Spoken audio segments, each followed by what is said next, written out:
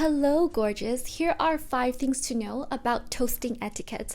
If you want to know more about proper dining etiquette, fine formal dining, you can sign up to my free fine dining masterclass link below. My name is Gia and I'm an etiquette consultant based in Los Angeles. Subscribe for a more elegant life and sign up to my newsletter for free etiquette techniques. If there is a champagne glass on your table setting, toasts will be made. If you are at a fine dining establishment or at a charity ball, a business dinner, you will see all the different types of glasses, their specific positions on the table in my fine dining masterclass, and all of their uses. The champagne will be the farthest away from you in your table setting in front of all the glasses. If you are sitting down, you will have to reach around to take hold of it. So hold the glass by the stem, not by the bulb. The lower, the better. You do not want to heat up your drink. Also, if it is champagne, it most likely will be chilled because you're toasting. People usually toast with champagne. You do not want to get your hands wet from the condensation. Then your hands will be clammy when you want to shake people's hands introducing yourself. In a formal dining event, people also prep the table using gloves to not show fingerprints. Your fingerprints might show depending on what you're drinking, and it looks neater and more sanitary.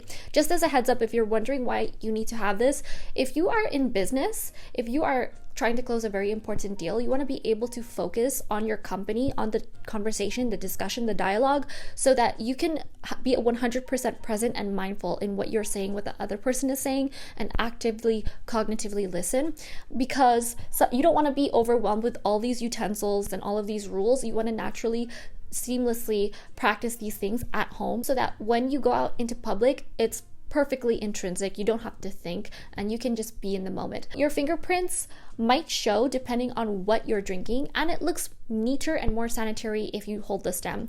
Just as a bonus, drink from only one side of the glass. So if you see your lip marks, keep drinking from that one spot. Use that same spot throughout the night. You do not want to have lipstick or lip prints or lip balm all over multiple areas of the top of your glass. Avoid hitting your glassware with a piece of cutlery. So if you're trying to make a toast, simply say, "I would like to make a toast." Tapping your glassware with beautiful cutlery is not ideal for the host or hostess or whatever establishment you are visiting. It might be really expensive, and having enough to present is an ordeal in itself. As a good guest, we should help take care of our host or hostess's things too. I personally live by the motto, always leave a place better than when you arrived. Also, next, raise your glass, do not clink. Being able to touch glasses with every single person at a long banquet hall or table is difficult, period. Raising your glass alone also keeps things sanitary. Not everybody is gonna know all the rules to toasting, and they might have their lips all around the glass, and then you're bumping that on your glass. You don't know what bacteria. Raise your glass. The origin of this was in the 800s of the Nordics, where Vikings would smash their goblets together to spill liquid into each other. This was a sign of trust in case one poisoned the other's drink. Always toast the host or hostess first. They get first dibs on special words being said about them. Also, always have a toast prepared up your sleeve with fabulous things to say. Only positive. Don't bring up embarrassing blunders or stories about anyone ever. Some might think it is funny, but it is very rude to do. Only have shining, glowing things to say about anyone as a general rule of thumb, but especially a host or hostess who is kind and gracious enough to have you. It is a privilege to give a toast. Bonus, always toast the monarch first. So this protocol only counts for when you are dining with a member of royal head of state anywhere. Even if you have nothing in your glass that is alcoholic, still toast, including water. When the toast is being said about you, you do not have to raise your glass. All you have to do is say thank you, and that is all.